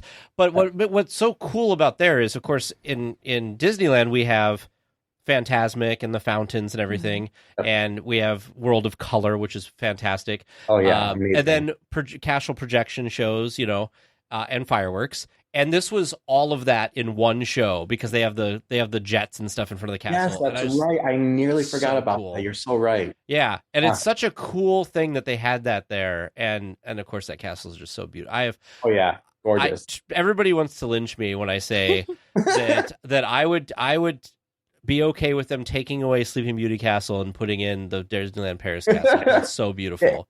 It truly, it is one of them. And I keep saying one of them to kind of be like political about the whole thing, but it really might be the most beautiful castle that we have. It is beautiful. But the thing that I feel is it fits the Disneyland Paris, like that's true. It fits there. Yes. I don't think it would fit if you plopped it in like Disneyland or Walt Disney World. I don't know if it would quite be the same. Does that make sense? Right. Yeah, that makes sense. Then I'll just make all the Disney World and Tokyo people mad when I say that I still think that Cinderella Castle is the ugliest Disney castle. Rude. Well, a new paint job or an old paint job. Well, I've always seen it when it was old. For which one? Well, they have decorations and stuff on it now. Yeah, but we saw the new paint job when we were there. That's true. I liked the new paint job, actually. The new paint job was nice. It's the chunkiness of the castle, I think. The photos, I don't think, gave that new paint job enough justice. Mm-mm. It looks way better in person. And the decorations look amazing. The decorations for the 50th are... those are great. I mean, it's not a cake, so... Yeah, that's true. It's not a cake. I figured if that was your bar... It's nice. It's just a nice, like, flourish. It's very, like, magical. Yeah. And I'm all about the, like... I don't know, the whatever color scheme it is that they're doing for the 50th. I like that shimmery luminescent thing. Mm-hmm. What do you call that internally? Well, so when PR first announced Beacons of Magic, in the little marketing blurb, it used the word or the term iridescence. Like, that's right. That's right. And we were so jealous we didn't come up with it first. It is perfect. Like what a like Disney way to like. Right. We were that's just so perfect. jealous. I love that. I'm also very excited for all of the Disney World cast members with their their shimmery new name tags. My gosh, those look beautiful too. That? Yeah. Do you get one too? Yeah. Oh. Yeah. Although the Magic is Back ones were pretty cool Those too. are cool too. I'm a sucker, right? We're Disney nerds. We love weird things. Like, I got really excited when you said you worked on park maps because I really like park maps. Yeah, like I save them. It's so cool. when I worked on park maps, it was during the 40th anniversary of Walt Disney World. So if we have to have that map, I worked on that map. That's cool. But in my office we had a large plotter, which was like a large giant printer, and I used to print those park maps to the maybe they were like 4 feet tall and like however long, and I would lay them out on the floor because I had to look at the detail on them. And it was just not something that I could look efficiently at on the computer. So I kind of wish I saved them now because they were like these massive giant park maps. You could like have it like as one of your walls in your house is just a Disney map. I kind of think to like Mary Poppins when they're about to jump into the painting. Oh, there you go. I can see myself like pretending to jump into a map, but that was really fun to print out the map. I think I'm looking at it here. It was on the Disney. It looks like the Disney Parks blog or something. Mm-hmm. Yeah, posted it, and they had a PDF version of it for the 40th anniversary. And I'm looking at it. I forget that you guys have a different style of park map. Like ours has looked different for a while. This one's kind of whimsical and kind of stick drawn. It's cool. Yeah, the design and art for it was done.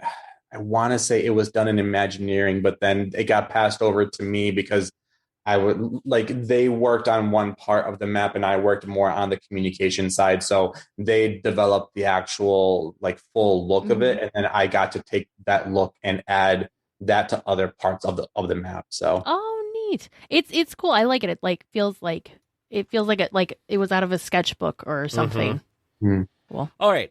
Let's start at the beginning. I think that's where we have to start. I took lots of notes while you were going through everything. Sorry. No, you're totally fine. I am so excited. You have no idea. Do not be sorry one bit. Back in the day. Back in the day. Think way back to January of 2010. Well, no, I'm thinking of, you know what I mean? It's It's the Disneyland Railroad when you go like. Now we journey back, way back to the time of the dinosaurs. Oh my gosh, you're right. Yes. That's okay. You worked custodial at Magic Kingdom. Now, we have kind of, in fact, our last guest, Devin, was talking about this, about how, I don't know if you've ever heard of the podcast, The Sweep Spot. No, okay. But I'm not, I don't, yeah. That's okay. So it's two retired or former Disneyland custodial cast members. Yeah. And like they work together and they've had this podcast, they've written a couple of books, and we feel like Lynn and Ken over there have like shown this like different side of Disneyland custodial, Disney custodial, because right when you think of custodial, you don't think it's very glamorous, and you think cleaning toilets, like you think you're just like puke. That's just not fun stuff. But how they talk about it and like explain what it actually is makes so many people go like, oh wow, maybe that, like if I got a job, maybe that's what I would want to do. Yeah, I would say the exact same thing. I mean, I don't know what they've said exactly, but just by your description, I'd probably say the exact same thing. Yeah. They get access to things. They can go, custodial basically can go anywhere. Yeah. I loved that at the time, I wasn't stuck to just a station or a podium or something. Like this is probably what they talk about, but it was the coolest job because you just walk around and talk to people all day. Yeah. And my leaders would make sure that we understood that. Like cleaning was a small part of our job, but it was not the main focus of our job. The main focus was us being the first point of guest interaction contact.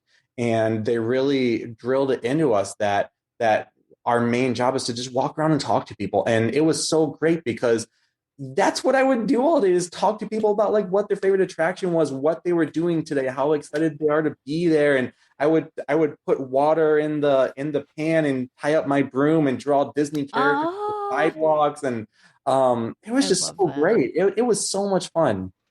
You know, there's something that's like, I don't know, it's so simple, but you talk about the, doing the like sidewalk art with the water. And I've seen it with like either leaves or like fallen petals or whatever.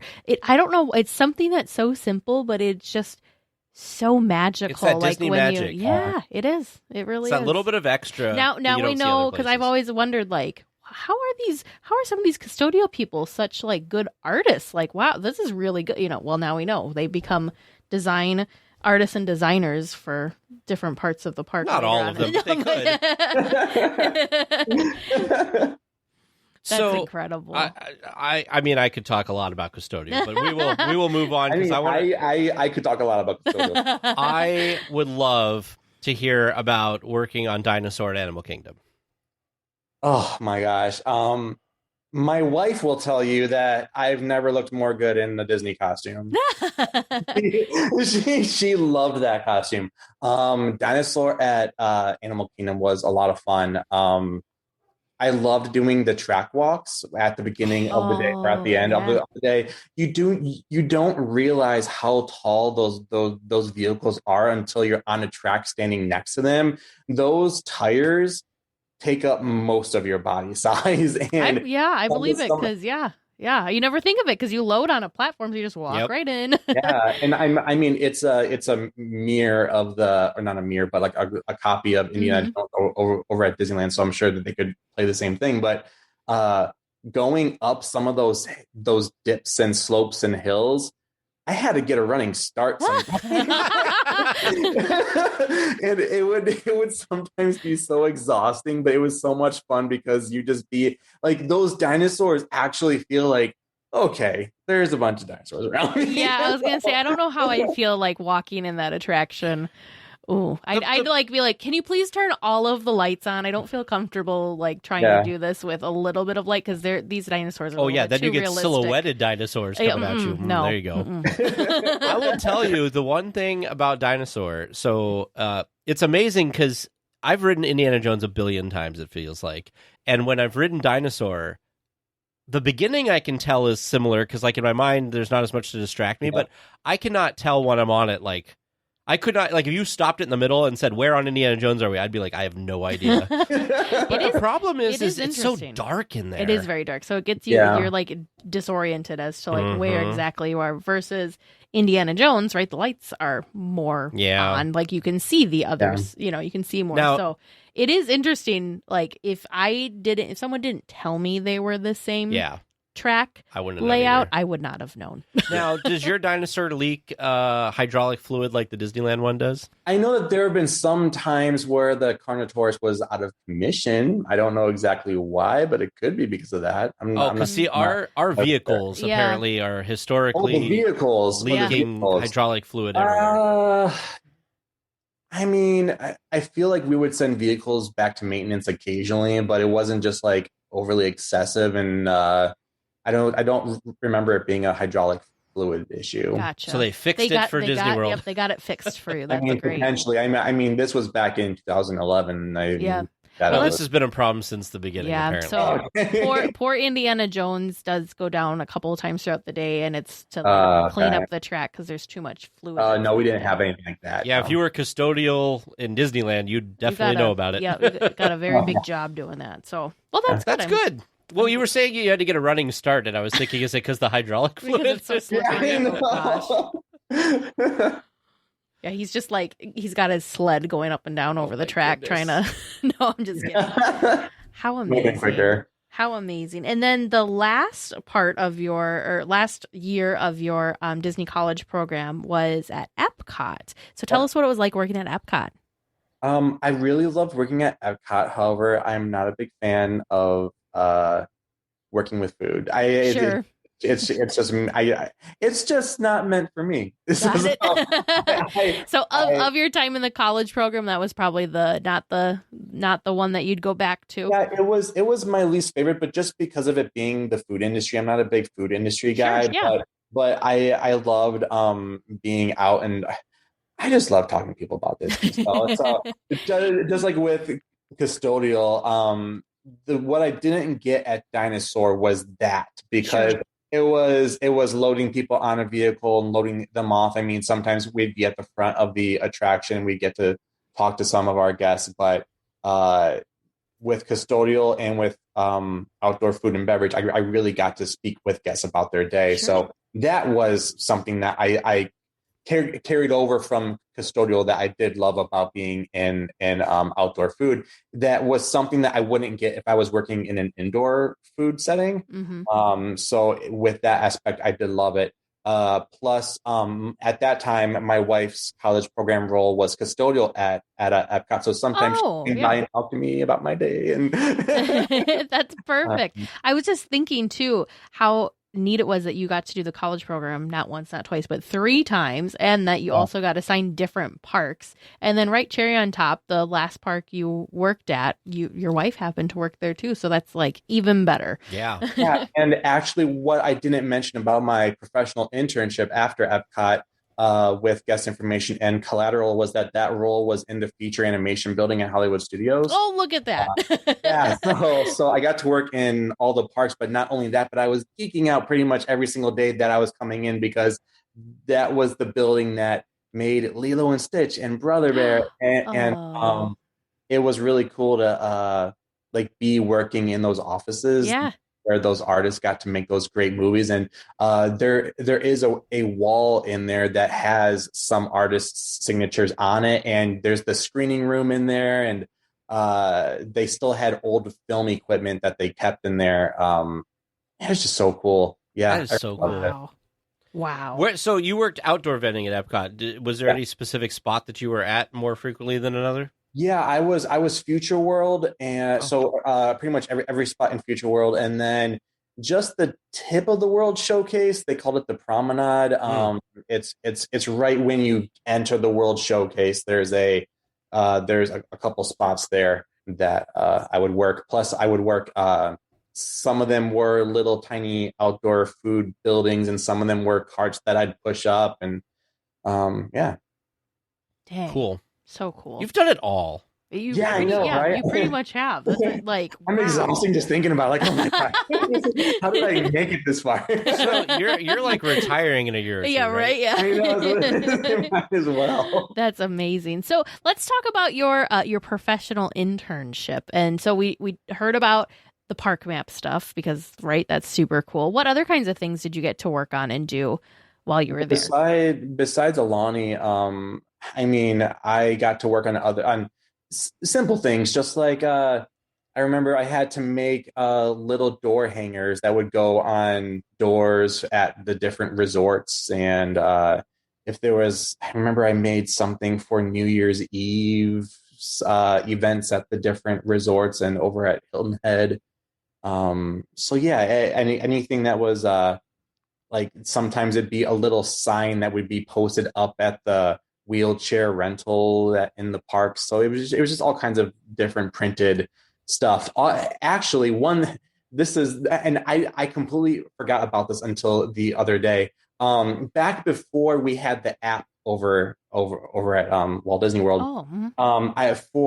I remember we were testing for special events. We were testing an opt-in like push notification type thing where if you were part of like Night of Joy or if you were doing one of the Halloween parties or something, you could opt in to this texting program or this texting thing, and we would text you something cute like the wait time for Peter Pan's flight is only 15 minutes off to Neverland, and then you would know that, oh, there's a short wait time over at Peter Pan's flight. Let's go over there. And we would text you about the different things going on, or like if there was a parade about to start, then we'd text you about the parade starting and stuff. And this was all before the app, so it was very, very primitive. But that was something that was cool that I got to be a part of. That was probably like an in-between step between other things, but then eventually leading up to us having the app that you got all that information on.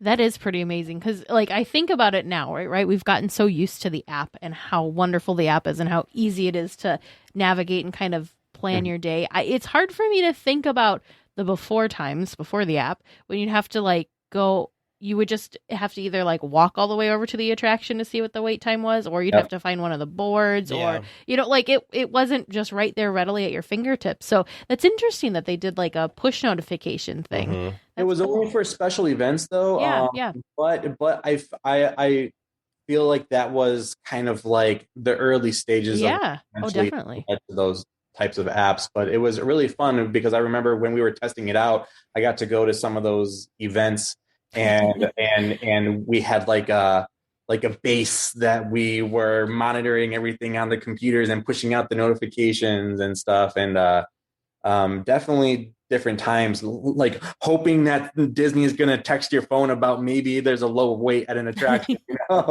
That's so cool. That is neat. So I have to ask, I want to talk about some basics here because I feel like people might find this really interesting because there's all of these things, right? Like you said, there's door hangers, there's just info signs, there's the park maps. There is just a plethora, almost an endless amount of different media and signage and stuff that's everywhere throughout the parks and the hotels. And I sometimes I found myself doing this. I'm sure some of our listeners are going to feel this way, that you don't think that like somebody sits down and designs these things.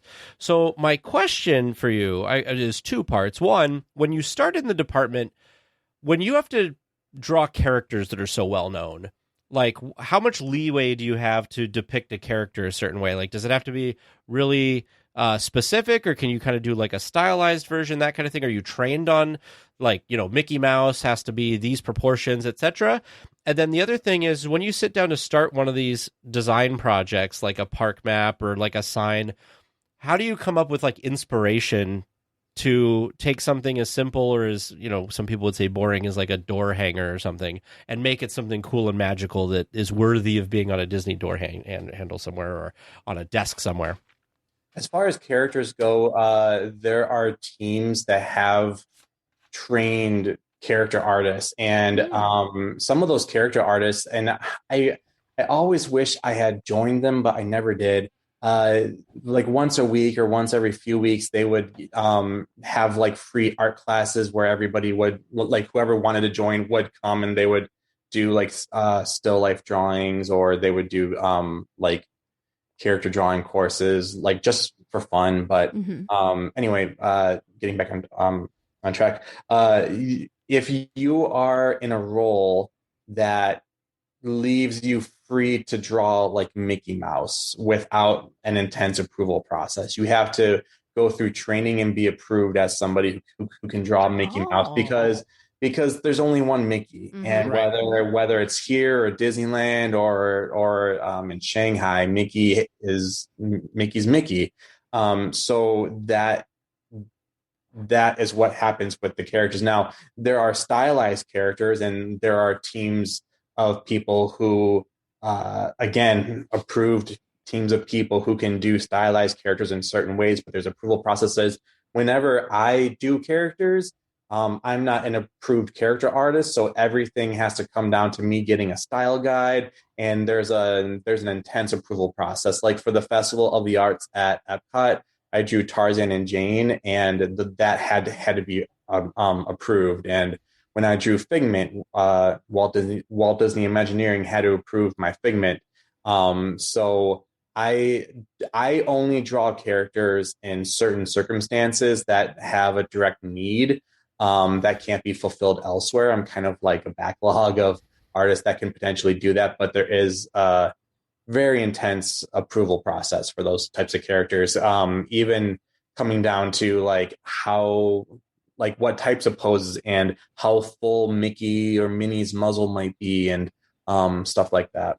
That's crazy. I mean, it makes sense, but that's also like crazy because right, we're looking at your Instagram page right now, and actually when Tag just happened to be scrolling, as you said, Tarzan and Jane, and we came across your Tarzan and Jane for Festival of the Arts, and it's like, to me, not just the average fan, this looks like it could have like swung right out of the movie. It's like it's so right. It's so spot on. So the fact that like you're the kind of the backup sometimes for this stuff, and this is it's like, wow, it's just amazing. It's just amazing. Yeah, it blows my own mind sometimes if I stop and think about it just beyond like work mode Evan, because there's work Evan, and there's also Disney fan Evan, and sometimes I need to turn work mode Evan off, and then Disney fan Evan just comes out and geeks out for a moment. But being able to do that stuff is really cool, and I feel extremely grateful that the company trusts me with stuff like that. Yeah, I mean, right, because these are such iconic things, so that's really amazing that you can be a part of that and bring some of these characters to life for different different reasons, whether if it's because I think I saw that the Tarzan and Jane was used kind of like as the background or like as a projection in a show, and so I can't even imagine what it's like to spend so much time on this art and then step into the parks and see your work there. Yeah, oh my gosh, that is one of the coolest parts. Going out into a park or somewhere and seeing people enjoy something that I did, and just like sitting there, just kind of it's soaking up the moment of the idea that I added to an experience like this. I love it. Just walk up behind them and you go, I did that. Yeah, right. That was me. They're like, who are you? They were like, yeah, sure. Name tag right here. Name tag. Yeah, right. That's just super incredible. So how do you get inspiration to come up with these things, or to make something that could be boring more exciting? A lot of times I look back. Well, it of course it depends on the project. If it's something simple like a door hang, I might just use my own design sense for, like, I made some door hangs for the contemporary. So then I look at some of the previous material that's been created for the contemporary, and what kind of design field does the contemporary resort have? Well, that's how I'm going to design the certain thing going forward. So I have to look at where my thing is going to live. But then also, as far as inspiration goes, I like to look back into like what the company has done as like what other artists have done. I have a huge collection of Disney books, especially Disney art books that I love to reference, just to go back to, because I like to feel that I'm like, and I mean, this isn't me like tooting my own horn or anything, but I like to feel like I'm like passing a torch from one part of Disney history to another. I like to think that in the entire history of Disney or Walt Disney World, there's been all of these amazing artists and cast members that have made the experience what it was and what it is today. And I like to think that I'm passing that torch along. So I like to look back at what other artists have done and what other people have done as my own inspiration. So it feels like I'm taking what they have done and I'm passing it forward and adding my own little thing to it. That makes a lot of sense, because if you think about like again, like Tag was saying, we don't as a guest necessarily like realize that one person designed this door hang, some other person designed this, like, I don't know, sign that's over here, you know, all these different pieces of this massive puzzle that is, you know, the Disney resort, you know, the resort, the park, whatever the space is, they all have to fit in seamlessly. And the other thing that kind of has to go with that too is you have to have it so that it's not jarring. Like when I come back in 2 years and I see similar things, it can't be like, well, wait a minute, this isn't right, you know. So it is. I've like never really thought about that, but it's so many different people over the span of time that has this exactly, this huge level of like cohesion. So things like, you know, having all these approval processes and whatnot. Can be tedious, but it makes sense. A lot of internal debate goes on over what might seem like the simplest things, but it's it all comes down to like carrying the legacy and the history and making sure that we're staying consistent with the expectations of the product that we're delivering. And a weird example of this is a character, for instance. So Kermit the Frog, when they did the reboot for Disney Plus, I could not get over the fact that Kermit did not, I couldn't tell you what it was exactly, but Kermit didn't sound right. So clearly Kermit has not had the same voice ever since Kermit first appeared. But you know, we pick up on the smallest thing. So and never have I had an experience in a Disney like bubble. So like whether it was somewhere in the Walt Disney World Resort or Disneyland Resort, never had I had an experience where something I'm like, ooh, you know, like that. So it shows that even the thing that might seem like the most tiny little, nobody's going to ever notice this detail, makes sense that you have to it takes a lot of time and a lot of effort and a lot of decisions and maybe back and forths to make it happen. It's just. Yeah. And that's why we have internal groups like Disney University that help carry that legacy forward. So if you are a new cast member joining Disney, then that is still instilled in you, that need to carry the legacy of the company forward, and how important your role individually is to that, and empowering everybody to be their own leader and to be able to do that and pull that going forward. Because we have a consistent message and product that we want to deliver. And something that I learned over at Disney Institute, well, not learned, but that really stuck with me, is a lot of companies have brand promises or vision statements and stuff. The Disney brand promise is Disney delivers entertainment with heart, and that with heart is very important. And that is kind of threaded throughout a lot of what we do. We have to make sure that everything that we do kind of gets down to that deep spot within all of us where that magic kind of lives. Yeah, that makes total sense. I felt ridiculous. So last night they had, back on the West Coast, they had Avengers Campus, and they had a opening ceremony. And I think it's really cool that some things have been more available to the public that maybe weren't available. And I would say maybe this is because of COVID. I don't remember them always broadcasting so many park things before. So I think it's cool that we can tune in and watch like the live stream of this really neat ceremony for Avengers Campus. Anyways, where I was getting to with that, I'm not a big Marvel person, and I'm not super excited about like Avengers Campus. I think it's going to be really cool, but it's not something that I'm like chomping at the bit wanting to go in and it's not the next Haunted Mansion for you. It's not the Haunted Mansion, exactly. So, but I got emotional watching that, and there's something, I don't know what Disney does, but you guys are doing it. It's the heart. Yeah, it's the heart. That's exactly what it is. And it's like, I don't even really care that much about this, and here I am like, crying. Exactly. It's just like, it's, and I'm like, watching this thinking like, I don't even care. I don't even Disney's care that great this with is getting that. me emotional. It's amazing. And it goes with what you were saying, Evan, about, the history and the torch and all that stuff, because when going back to my trip to Disneyland Paris that one day, we saw that show at night. And of course there was people there that spoke all different languages, and not everybody there spoke English and everything.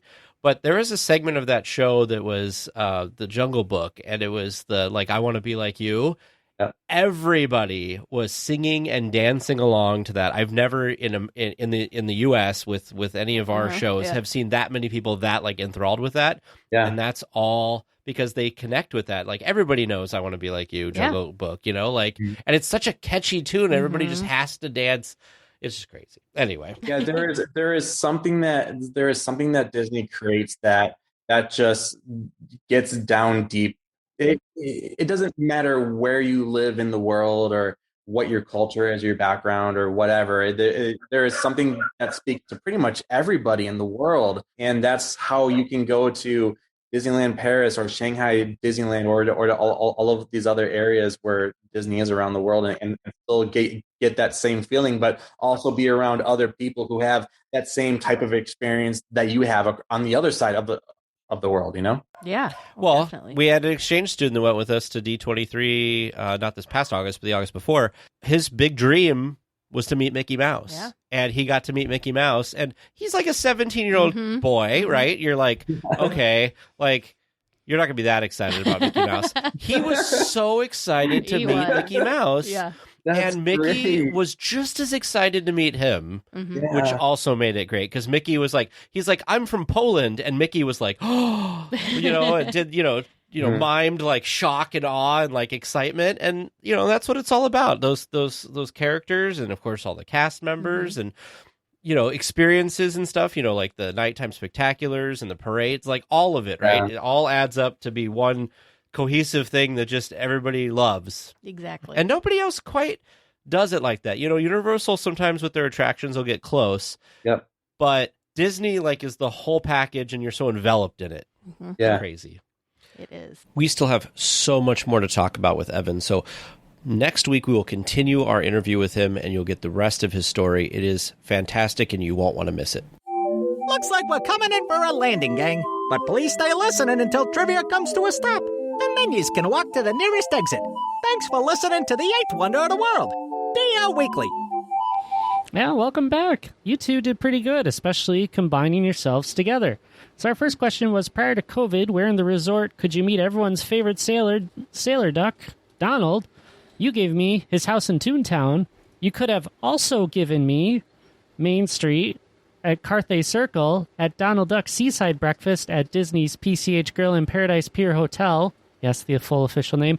And potentially other character breakfasts as well. Ah. All sorts of places. Yeah. Popular option. Question 2 from Donna S. was, when is Donald Duck's birthday?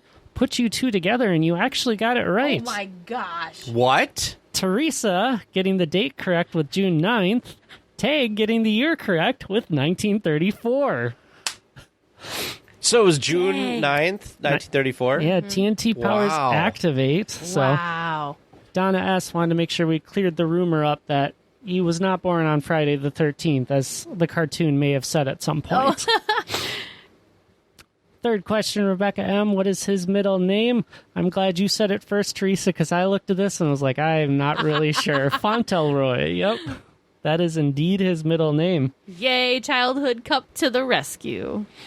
And our last one, Donald is one of many characters riding the Mark Twain during Fantasmic. Can you tell me who else is on the ship? Oh, my goodness. I spoiled it a little bit, obviously, in the question of how many are on there, because it changed. I watched probably 4 or 5 different episodes of Fantasmic, including, how it was before they refurbished some things, because some things changed. Some major things changed. So the list that I wrote down from my viewings were Ariel, Prince Eric, Beast, Belle, Rapunzel, Flynn Rider, Snow White, Prince Charming and or Dopey, Steamboat Willie captaining the ship. I can't believe you two forgot that. No, we didn't. Teresa said it. Oh, okay. I heard Naveen first, and I'm like, Oh, no, I we can't didn't say believe you Naveen. two left that one out. Tiana and Naveen. Later. Goofy, Pluto, Jasmine and Aladdin, who sometimes change wardrobes, by the way. Sometimes they're in their street rat and princess clothes, and sometimes they're in their very fancy clothes. Tweedledee, Tweedledum, Alice, the Mad Hatter, and the March Hare. Yep. Mary Poppins. I never saw any of her company with her, but I believe that they'd fill in a spot there at some point. I know for a fact that the chimney sweeps are there because I remember seeing them with their sticks on the Mark Twain. I fully believe it, because I believe this is one of those shows where it's who's still here tonight that can go on the boat. Okay. I mean, some of these are obviously staples because they were on every time. Donald obviously is on there next to Minnie. Tiana, who's replaced the spot that Pocahontas used to use. I didn't see her any of the newer ones, but I don't know if she comes back.